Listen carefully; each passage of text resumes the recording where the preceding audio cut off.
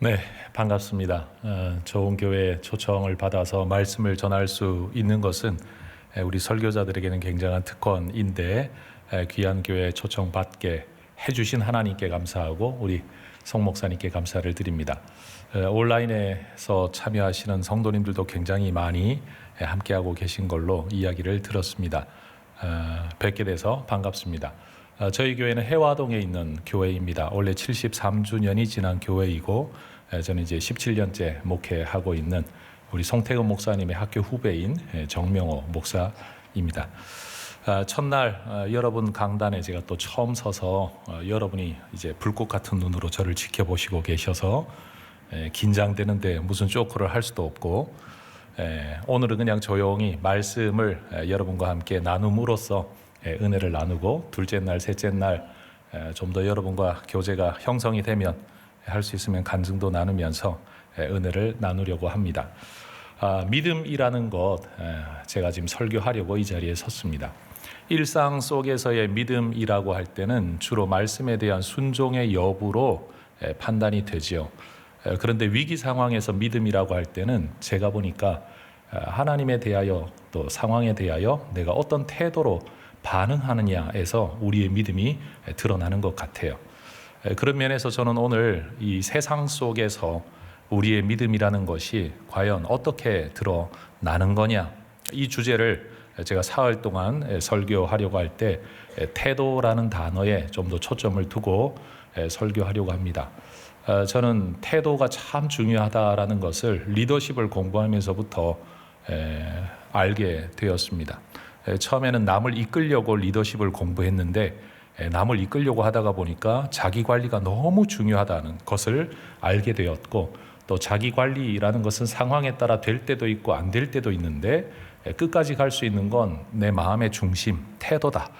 성경도 아무리 들여다보더라도 결국은 마음의 중심이 중요하다라고 성경이 가르치고 있는 것을 보면 태도가 정말 내 인생의 중요한 키워드가 돼야 되겠다.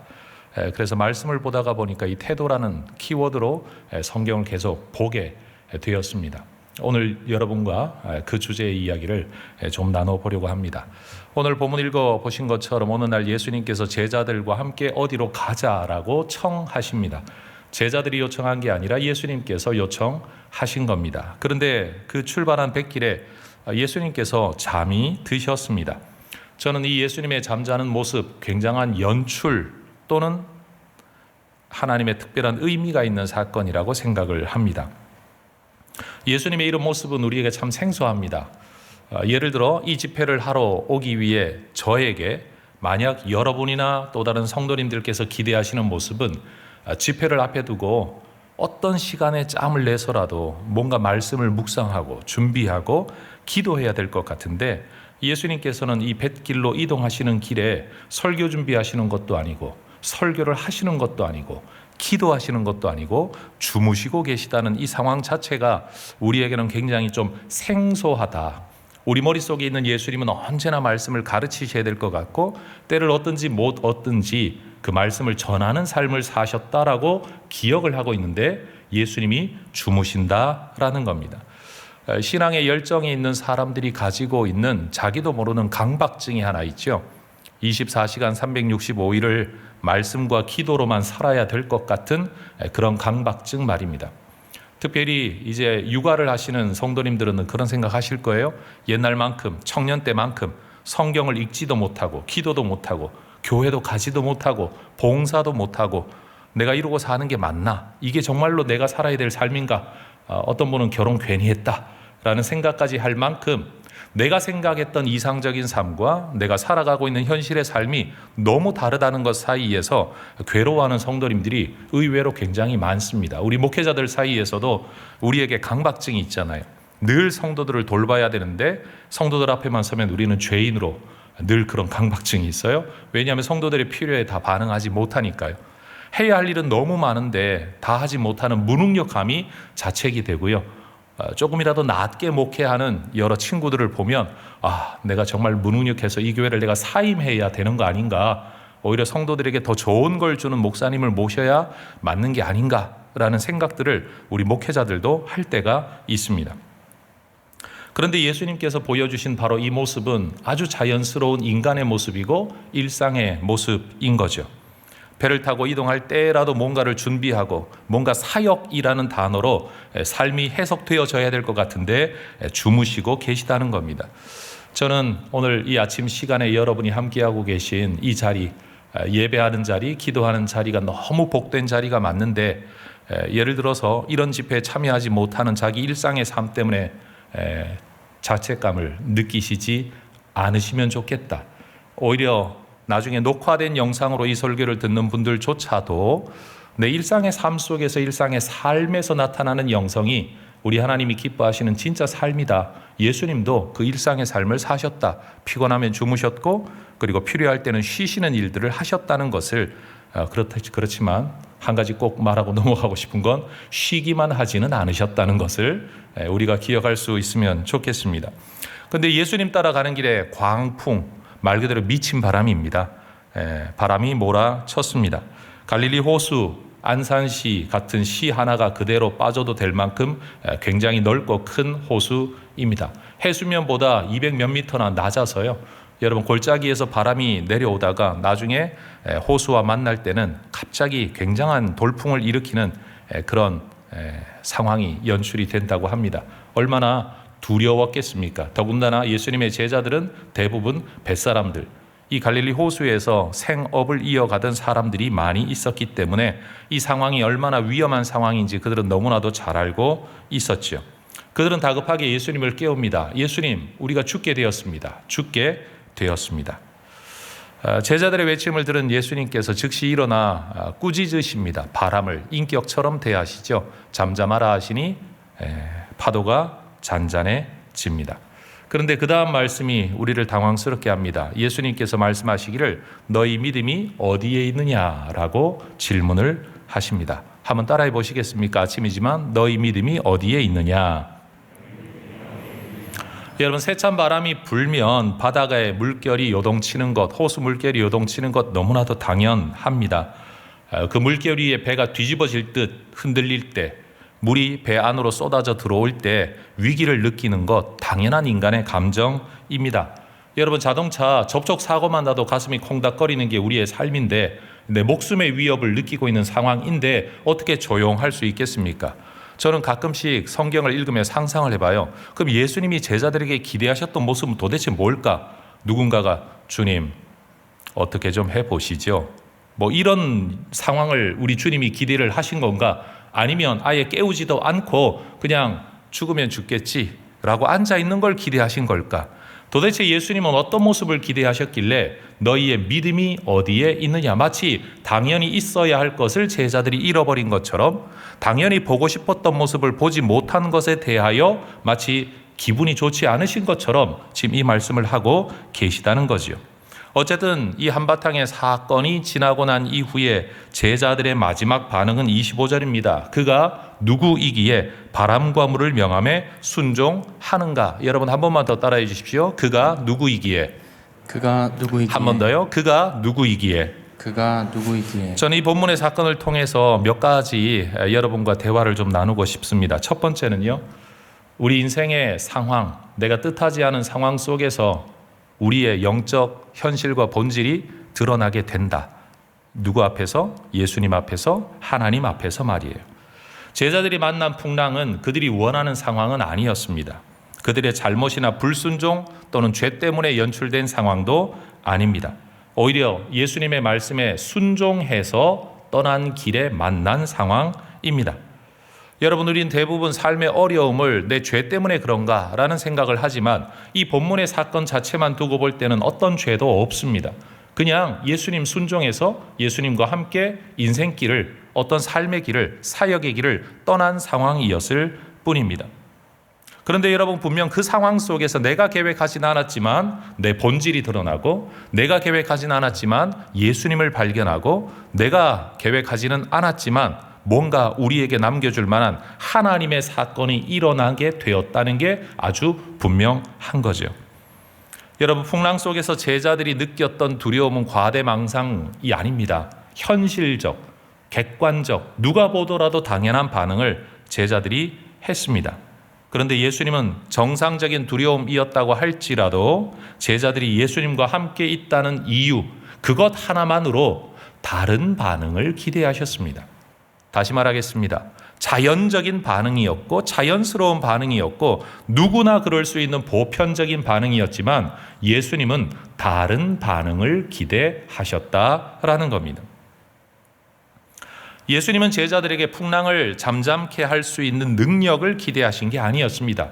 너희들 왜 그거도 해결 못하냐라고 말씀하신 게 아닙니다. 오히려 그 풍랑 앞에서 다른 태도를 기대하셨다라는 겁니다. 우리는 삶을 살아가면서 문제를 해결 못하는 우리의 무능력함을 탓할 때가 많고 또 문제를 해결해 주시지 않는 하나님에 대한 원망을 할 때가 많은데 정작 예수님은 우리에게 무엇을 기대하시는가 하면 그 문제 앞에서 우리가 어떤 태도로 반응을 하느냐에 대하여 우리 주님께서 질문하고 계신다는 거예요. 예수님이 질문하셨던 믿음은 문제를 해결하는 믿음이 아니었다라는 거죠.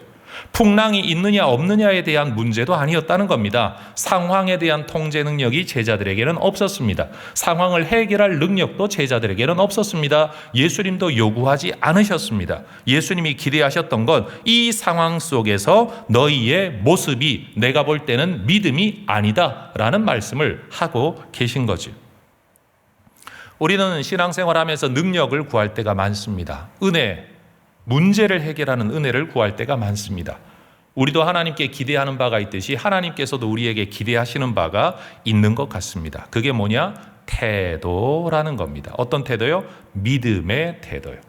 불신의 태도가 아니라 염려의 태도가 아니라 너무나도 보편적이고 자연스러운 인간의 태도가 아니라 사실은 예수님과 함께 살아왔던 삶의 기반 그 위에서 그 예수님이 지금 나와 함께하고 있다는 그 믿음 속에서 뭔가 다른 태도를 우리 예수님이 기대하셨다는 겁니다.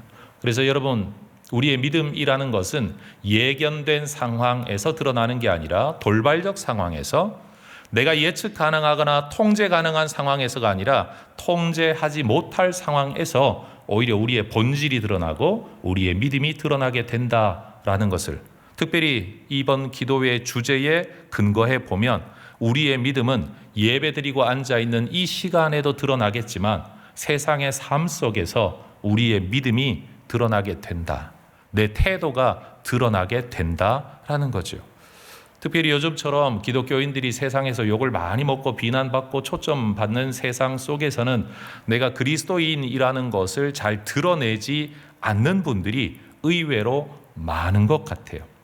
왜냐하면 예수쟁이라고 내가 드러내면 그 다음부터 내게 돌아올 부담감이 얼마나 큽니까? 다른 사람들은 무슨 일만 있으면 교회 다니는 사람이 그렇다라는 말을 하게 될 것이기 때문에 그리고 교회 다닌다는 말 자체가 내게 유익을 줄 일이 요즘 세상에는 뭐 거의 없다시피 하니 굳이 드러낼 이유가 없다라고 생각을 하고 있겠죠.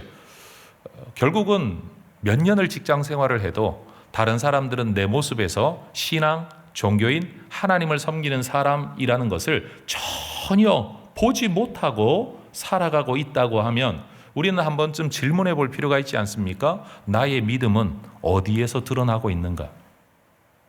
내가 하나님의 사람이라는 것은 과연 세상 속에서 드러나고 나타나고 있는 것인가? 저는 이런 교인들을 일컬어 스텔스 교인이라고 말을 합니다. 여러분, 세상 속에서 스텔스 교인들이 너무나도 많은 것 같아요. 저는 우리 하나님 앞에서 그리고 이 세상의 삶 속에서 하나님과 세상과 연결된 삶을 살아가는 우리가 어떤 모습으로 살아야 되느냐, 어떤 면에서 하나님께서 우리 속에서 이 믿음의 본질을 드러내시는 상황을 연출하실 때가 있을 텐데 그때 과연 우리는 어떻게 반응할 것이냐, 진지하게 이번 기도회를 통해 여러분 모두가 한번 생각해 보실 수 있기를 소망합니다. 그런데 여러분, 이 문제를 통해서 제자들도 드러났지만 이 문제 속에서 드러난 분이 한 분 더 계십니다. 예수님이십니다. 이 주제의 마지막, 그가 누구이기에? 라고 제자들이 말을 하지 않습니까? 그들은 예수님을 알았습니다. 아니까 믿었고 믿고 따라온 것 아닙니까? 자기 일생의 생업을 뒤로하고 예수님 따르기를 좋아했던 제자들입니다. 예수님을 알고 있었기 때문에 믿고 따랐던 겁니다.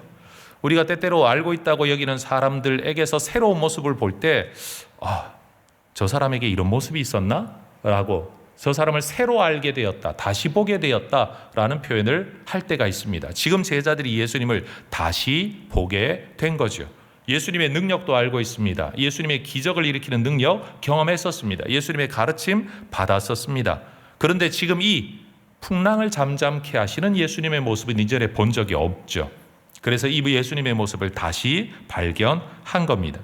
제자들 예수님과 함께하는 시간이 쌓여 갈수록 그들은 예수님을 더 깊이 알게 되었고 더 분명히 알게 되었고 더 많이 알게 되었습니다. 여러분, 예수 믿는 그것만이 신앙의 목적이라면 나 예수 믿어요 하고 교회를 떠나도 상관없을 겁니다만, 여러분, 제자의 삶은 예수를 안다라는 데서 그치지 않고 예수를 알아가는 과정의 삶을 살았다는 것이 제자의 삶입니다. 다시 말하고 싶습니다. 예수를 알고 믿었다 하는 것이 제자의 삶이 아니라 알고 믿게 된 예수를 더 알아가는 과정이 제자의 삶이라는 거죠. 우리의 신앙생활이 목적이 무엇이어야 되냐? 바로 그렇게 예수님을 알아가는 겁니다. 알고 있는 예수님을 더 알아가고 새롭게 알아가고 몰랐던 예수님을 깨달아가고 배워가고 성경을 통하여 하나님의 뜻, 특별히 사람을 대하시는 우리 하나님이 어떤 태도로 어떤 모습으로 사람을 대하시는지를 성경을 통해 배워가면서 내가 하나님과 어떤 관계를 맺고 살아야 될 것인가를 배워가는 삶이 바로 우리의 신앙생활이라는 거죠. 교회 생활을 좀 하다가 보면 교회란 다 그래 라고 우리가 말할 때가 있습니다. 목회자들 다 그래 라고 이미 알고 있는 어떤 틀 속에 교회와 목회자 신앙생활하는 사람들을 가두어 둘 때가 있지만 사실 어느 누구도 그렇게 가두어져 있질 않습니다. 우리의 삶은 언제나 새롭게 반응하는 살아있는 존재이기 때문에 그렇죠. 특별히 하나님이 그러하십니다. 어떤 면에서 교회에는 기대할 것이 없을 수도 있습니다. 목회자들에게 기대할 것이 없을 수도 있습니다. 예수쟁이들에게도 별반 새로울 것이 없을 수도 있습니다. 그러나 우리 주님은 늘 새로운 분이신 줄로 믿습니다. 여러분, 신앙생활은 바로 여기에서 우리의 삶의 관점이 출발되어야 합니다. 내가 신앙생활, 교회 생활을 하지만 저들을 섬김의 대상으로 보고 있는 것이지 저들을 신앙의 대상으로 보고 있는 것은 아니다. 어쩌면 교회도요, 똑같은 교회이지만 상황에 따라서 늘 새로운 모습을 보여줍니다. 그리고 그 속에서 하나님이 드러나십니다. 인생의 풍랑 속에서 예수님을 다시 만났던 예수님의 제자들처럼 우리는 삶의 상황 속에서 예수님을 다시 만납니다. 여러분, 목회를 하는 목회자로서는 어차피 목회라는 것 1년을 하나 10년을 하나 20년을 하나 사실 뻔한 일의 반복 아니겠습니까? 성경 가르치고 성도들 돌아보고 교회를 운영하기 위한 행정적 사역적 일들을 행해 나가는 것, 그게 목회 사역입니다. 그런데 그게 한 해 한 해가 달라요. 작년에 잘 되었다고 올해 잘 되는 게 아니고요. 작년에 했던 방식이 올해 먹히는 것도 아니고요. 그리고 올해 했던 일들 내년에 더 잘한다는 보장도 없어요. 그럼에도 불구하고 여전히 저는 하나님을 발견합니다. 성도들 속에 살아계신 하나님, 일하고 계신 하나님, 다른 모습으로 나타내시는 그 하나님을 보게 되는 것. 저는 우리의 신앙생활이 바로 그렇게 하나님을 발견하고 예수님을 발견하는, 어디에서? 풍랑 속에서, 예측하지 못했던 상황 속에서, 내가 계획하지 않은 상황 속에서 말이에요. 오늘날 리더십 이야기할 때 많은 사람들이 이야기를 하죠. 예측 가능성. 저는 리더의 자질의 최고는 예측 가능성이다라고 말하는 사람입니다. 다시 말하면 따라오는 사람들이 저 지도자가 어느 방향으로 갈 것인가는 알 수 있어야 된다. 물론 새로운 안을 내놓을 수는 있겠지만 방향성만큼은 일관되어야 그는 지도자이다라고 저는 생각을 합니다. 전 우리 하나님께서 우리에게 그렇게 하시는 것 같아요. 하나님은 놀라운 일을 행하시는 분이지만 방향성은 너무나도 분명합니다. 그 뭐냐? 하나님이 어떤 분인가를 우리에게 드러내시고 합력하여 우리에게 선을 이루시며 우리의 구원, 우리의 복을 위하여 일하고 계신 하나님이라는 이 방향성만큼은 매우 분명한 것 같습니다. 그러니 여러분, 우리는 인생 속에서 세 번째가 예수님을 재발견할 뿐만 아니라 예수님이 세상에서도 풍랑에서도 주인이시라는 것을 배우게 된다는 거예요. 성경학자들은 이 본문을 그렇게 해석을 합니다. 이렇게 물을 다스리는 예수님의 모습, 바람을 다스리는 예수님의 모습은 구약의 이사야서나 시편에 나오는 물과 불과 바람을 다스리는 창조주 하나님의 모습을 보여주는, 다시 말해 이것이 또 하나의 예수님의 신적 계시의 사건이라고 성경학자들은 그렇게 해석을 하는 겁니다. 다시 말해 이 상황 속에서 예수님이 누구인가가 제자들에게 더 분명하게 드러났다는 거죠. 그가 누구이기에? 라고 질문하고 있는 이 질문에 왜 이 질문을 성경이 기록하고 있느냐? 구약 성경을 가지고 와서 그가 물과 불과 바람을 다스리는 창조주 하나님이라는 사실을 세상 가운데 보여주시기 위해 이 사건이 기록되어져 있다라고 말을 한다라는 겁니다. 여러분, 우리 주님께서는 우리가 살아가는 세상에서도 주인이심을 우리는 깨달아가야 되고 배워가야 할 겁니다. 그게 아마 우리의 신앙생활의 진정한 목적이고, 우리가 예수 믿는 자가 교회 안에서만 사는 게 아니라 세상에서 살아가야 할 가장 큰 이유일지도 모릅니다. 왜냐하면 우리 주님은 천지만물의 주인이시기 때문에. 그래서 여러분, 칼빈이라는 사람은 아브라함 카이퍼라는 사람, 죄송합니다. 칼빈주의자였던 아브라함 카이퍼라는 사람은 이 세상의 그 어떤 평방 인지 안에도 하나님의 주권이 없는 곳은 없다라는 내용의 말을 했습니다. 세상 모든 곳에 우리 하나님의 주권이 임재하고 있다, 임하고 있다, 하나님의 주권이 미쳐야 된다라고 그는 이야기를 했습니다. 우리의 신앙이 교회 안에만 있지 아니하고 세상 속에서 예수를 발견하고 예수를 배워가고 하나님을 알아가는 삶이 되어야 한다는 것. 저는 어쩌면 우리 목사님께서 바로 그 꿈을 가지고 그 기대를 가지고 이번 기도회의 주제를 정하지 않으셨을까 하고 혼자 기도하며 생각해 보았습니다. 여러분, 교회 중심의 신앙생활이 이어져 오다가 코로나 때문에 교회 모이지 못하는 삶이 우리에게 왔을 때 이 상황에서 우리의 질문은 그거죠. 우리의 신앙은 어디에 있나? 우리가 흔히 신앙이라고 말을 했던 회집된 예배, 선교 여행 또는 셀 모임, 우리가 했던 교회에서의 사역, 이것이 우리의 신앙의 표현들이었습니다. 그런데 코로나 때문에 이런 것들을 표현할 수 없는 상황이 되었을 때 우리는 다 두려워했습니다. 왜냐하면 우리의 신앙을 표현할 방법을 잃어버렸기 때문에.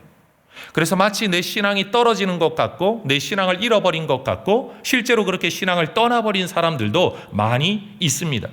이 상황에서 우리는 다시 한번 질문해야 됩니다. 내 믿음은 어디에서 발현되는 믿음이고 무엇으로 표현되어지는 믿음인가? 이전의 방식으로 표현되지 않으면 표현될 수 없는 신앙인가? 이전의 방식이 아니면 교회 안에서 모일 수 없으면 우리 하나님의 주권과 능력은 드러날 수 없는 것인가를 우리는 질문할 필요가 있다라는 거죠. 저는 성격이 굉장히 안정적인 사람이고 치밀한 사람입니다. 그래서 어떤 일을 하든지 계획이 있어야 되고 계획은 플랜 B가 있어야 되고 플랜 C가 있어야 됩니다.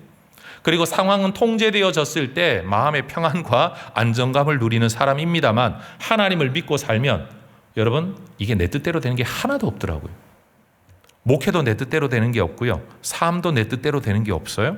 마치 제자들이 뜻하지 않은 예수님 따라가는 길에서 이 상황을 만났고 이 상황 속에서 책망도 듣고 책망도 듣는 상황 속에서 예수님을 새롭게 알아갔던 이 모든 것들을 보면 우리 주님은 책망으로 우리를 끝내시는 게 아니라 질문하고 책망하시면서도 당신이 누구인가를 알려주시고 제자들의 믿음을 이끌어주시고 그들이 하나님의 사람으로 세워질 수 있도록 역사하고 계시다는 것을 우리는 보게 되는 거죠. 제가 그렇게 사는 것 같아요.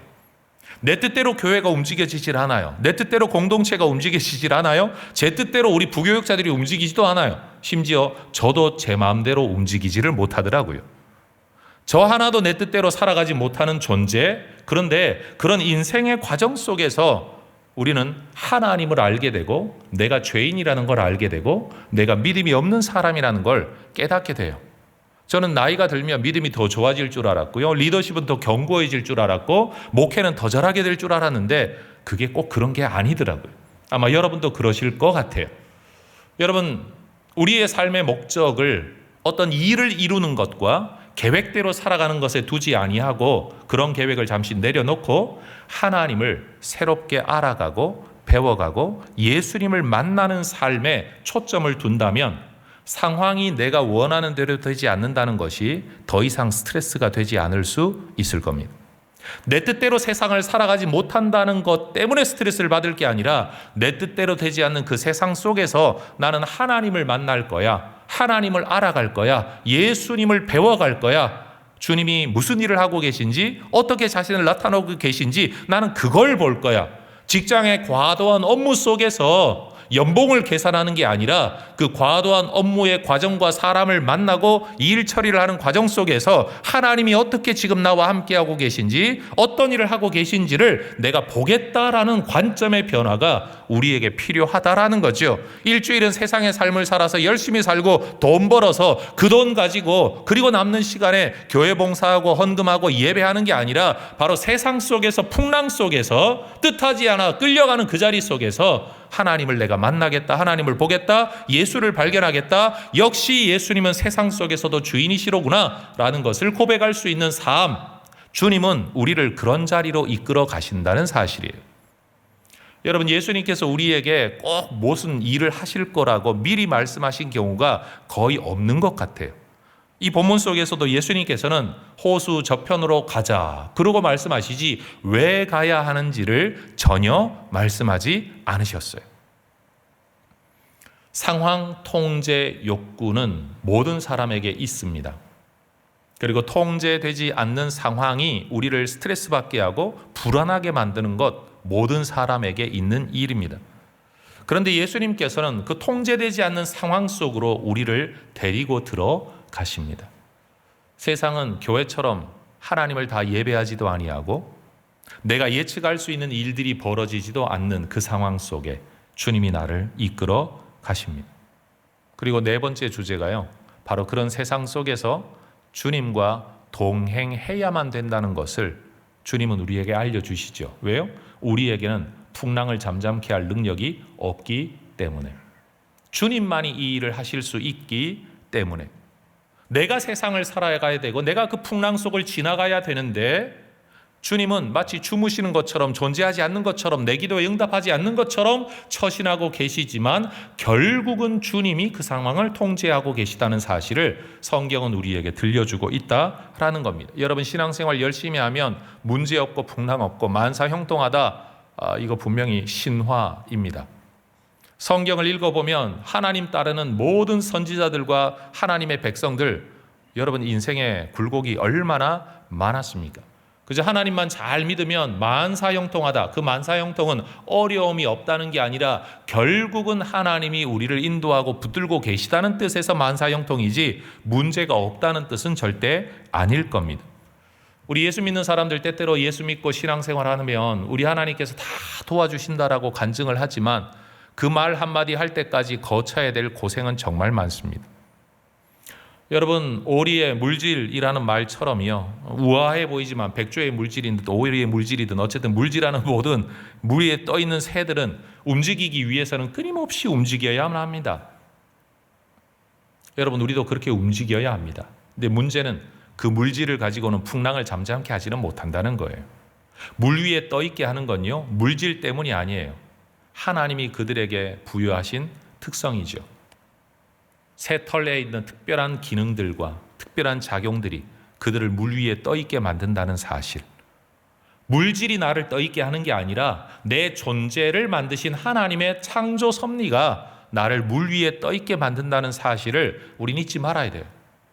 여러분, 내가 수고하고 노력해서 이 자리가 유지되어지고 있는 게 아니라 수고하고 노력하는 것도 사실이지만 하나님의 은혜가 나를 붙들고 있다는 것을 저는 우리 모두가 기억할 수 있기를 소망합니다. 여러분, 본문을 읽으면서 저는 이런 생각을 해봤습니다. 때때로 우리가 하나님 앞에 죽게 되었다고 아우성을 치는데 예수님께서 주무시고 계시거나 아니면 깨어 일어나서 너희 믿음이 어디 있느냐라고 딴소리 하실 때 왜 예수님이 이러신가, 왜 내 마음을 몰라주시나 라고 생각할 수도 있지만 돌려 한번 생각을 해보면 나는 죽게 되었다고 아우성을 칠 때 예수님이 보시기에는 죽을 일이 아니기 때문에 주무시고 계실지도 모릅니다. 우리는 우리 삶을 살면서 죽게 되었다고 아우성을 치고 있지만 여러분, 사실은 죽지 않았으니까 이 자리에 우리가 다 나와 있는 것 아니겠습니까?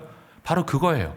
내가 느끼는 풍랑에 대한 두려움과 불안함, 우리는 그것 때문에 신앙이 흔들리고 마음이 초리고 하나님을 인조이하지 못하고 하나님을 기뻐하고 즐거워하지 못하고 예배하지 못하고 찬양하지 못하고 평안을 누리지 못하고 있는데 정작 예수님은 똑같은 풍랑 속에서 전혀 불안해하지 않으셨다. 물론 예수님은 풍랑을 잠잠케 할 능력이 있기 때문이라고 말할 수 있지만 그럼 우리는 그 예수님과 함께하고 있다는 사실 때문에라도 마음의 평안을 누릴 수 있어야 되지 않는가? 내게 능력이 있어야 되는 게 아니라 능력 있는 예수님이 나와 함께하고 있다는 사실 때문에 우리가 담대하게 세상 속으로, 예측할 수 없는 풍랑 속으로, 내가 의도하지 않은 삶 속으로 여러분 들어갈 수 있어야 그게 진짜 믿음이 아닌가. 그래서 본문 속에 예수님의 질문을 우리는 다시 하게 되는 거죠. 너희 믿음이 어디에 있느냐? 풍랑을 잠잠케 할 능력은 없더라도 너희 믿음은 어디에 있느냐? 바로 이런 믿음이 우리를 살아가게 합니다. 감당하기 힘든 사명을 감당하게 하죠. 저 같은 사람은 목회를 하게 만드는 거죠.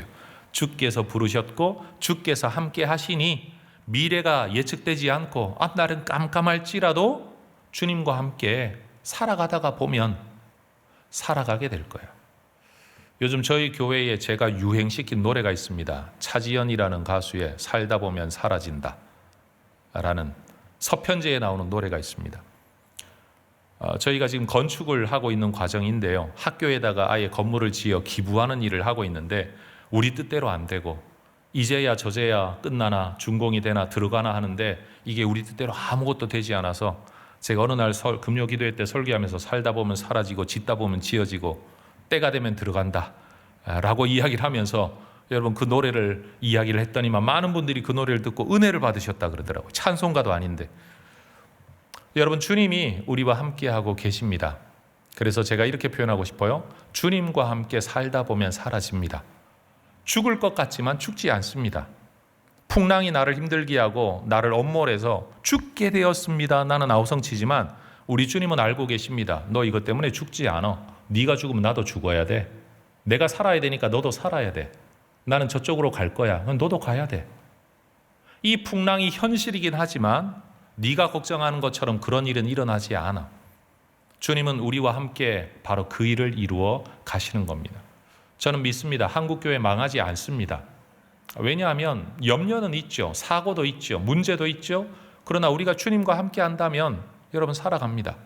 한국교회를 염려하는 많은 분들 앞에서 저는 이런 말합니다. 우리가 아무리 목회하기 힘들어도 로마 시대만큼 힘들진 않다. 제가 이런 소리를 잘합니다. 오늘날 우리가 예수 믿는다고 기름에 절여져서 횃불이 되는 시대는 아니지 않냐. 그때에 비하면 예수 믿기가 편하다. 예수 믿기 너무 힘들다고 이야기하지만 교회 역사를 들여다봐라. 요즘처럼 예수 믿기 편한 때가 어디 있냐. 교회가 자기 건물을 가지고 모여서도 칭찬받고 인정받고 우리끼리 모여도 어떤 강제력으로 위협받지 않는 세대가 우리 이 대한민국 역사 속에 얼마나 되었었냐. 이거 길지 않은 시대다. 그런데 우리는 지금 어떤 면에서 굉장히 좋은 시대를 누리고 있는 거다. 잠깐 경험했던 급부흥기, 급성장기 때문에 그걸 기준으로 삼고 기독교 역사를 봐서는 안 되는 것 아니냐. 그러니 여러분 우리는 지금 우리 하나님과 함께 풍랑의 때를 지나고 있습니다. 우리는 죽게 되었다고 아우성을 치고요. 한국교회가 망하게 되었다고 아우성을 치고요. 한국교회가 지금 다 마치 쓰러지는 풍랑 속에 물 속에 잠겨가는 것만 같은 위기감을 가지고 있지만 저는 주님과 함께라면 다시 일어서게 될 줄로 믿습니다. 여러분이 떠나지 않으면 이 교회 살아남습니다. 다른 사람 걱정할 거 아니잖아요. 내가 하나님 떠나지 않고 내가 여전히 전도하는 하나님의 사람으로 예수님과 함께 이 땅을 살아가면 이 교회는 지켜지는 겁니다. 본문에 기록된 이 풍랑의 사건의 말씀은 성경 기록과 편집에 근거해 보면요. 바로 앞에 땅에 뿌려진 네 종류의 씨앗 말씀과 바로 붙어 있습니다. 예수님께서 그 씨앗에 대한 말씀을 하신 다음에 곧바로 이 풍랑의 사건이 나온다라는 거예요. 만약에 이 편집 자체를 하나의 메시지로 받는다면 우리는 이렇게 해석할 수 있을 것 같아요. 하나님의 말씀이 뿌려지고 떨어져야 할 현장은 풍랑이 있는 호수 위이다. 거기에서도 하나님의 말씀이 열매를 맺어야 한다라고 우리는 말할 수 있겠죠. 이 풍랑이는 바다와 같은 호수와 같은 삶의 자리가 바로 우리가 하나님의 말씀으로 열매 맺어야 할 자리이다 라는 겁니다. 여러분 형통하고 평안할 때 믿음이 드러나는 게 아니라는 것을, 그리고 안정된 링 위에서만 우리의 실력과 믿음이 드러나는 게 아니라는 것을, 그래서 저는 이 시간에 이런 표현을 한번 쓰고 싶습니다. 여러분 거룩한 스트리트 파이터가 되시기를 주의 이름으로 축원합니다. 링 위에서만 겨우 실력을 발휘하는 사람들이 아니라 길거리에서 실력을 발휘하는 파이터가 되는, 정말로 하나님의 말씀이 내 직장과 내 가정 속에서 능력을 발휘하는, 심어져서 60배, 100배 열매를 맺게 되는, 바로 그것이 하나님께서 우리에게 원하시는 모습이다. 너희 믿음이 어디에 있느냐라고 질문을 하실 때 이 모습이 바로 나의 믿음입니다라고 고백할 수 있는 바로 그 태도, 그 반응.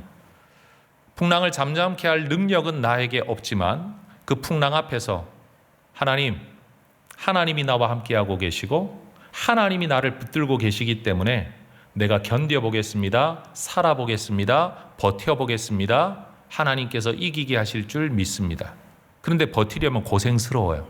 괴로워요. 그런데 결국은 이기게 하신다라는 거죠.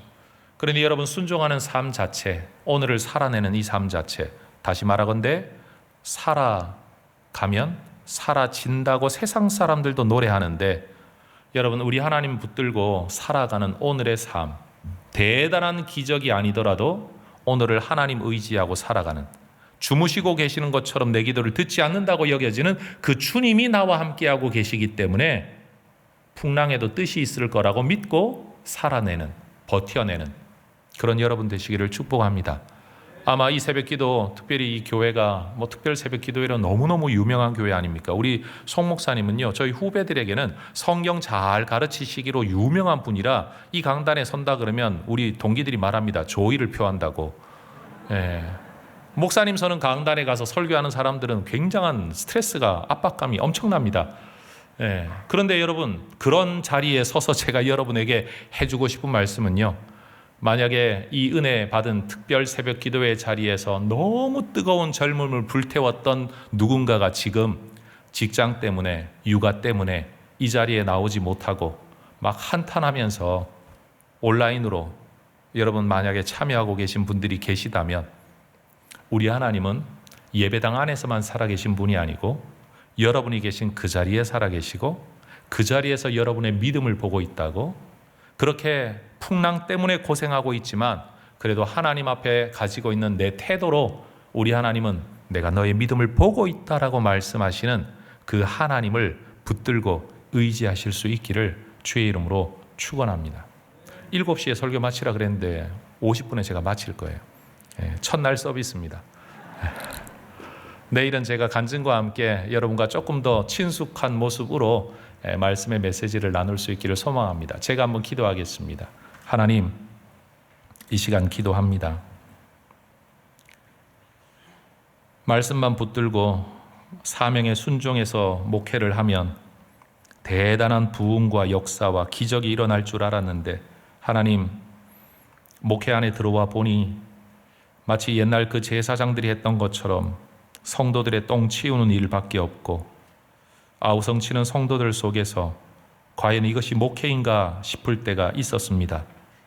그런데 하나님, 그 자리에 살게 하시고 버티게 하시고 그것을 사명으로 받고 살게 하시는 중에 내가 기대하지 않았던 곳에서 하나님의 역사를 보게 하시고 하나님의 은혜를 누리게 하셨던 그 하나님의 이름을 불러 이 시간 기도합니다.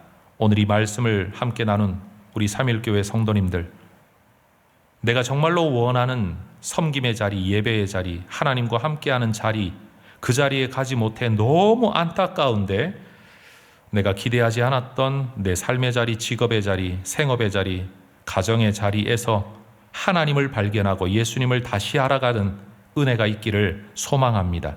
내 뜻대로 되지 않는 삶 속에서 오히려 예수님을 발견할 수 있다는 것을, 주무시고 계신 것 같은 내 기도를 듣지 않으시는 그 예수님 앞에서 오히려 하나님의 은혜를 우리가 경험할 수 있다는 것을 우리 모두가 기억할 수 있도록, 그리고 그 하나님 붙들고 살아낼 수 있도록, 버텨낼 수 있도록, 그리하여 끝끝내 주의 은혜와 역사를 보는 하나님의 백성들이 될 수 있도록 은혜 베풀어 주시옵소서. 예수님의 이름으로 기도합니다. 아멘.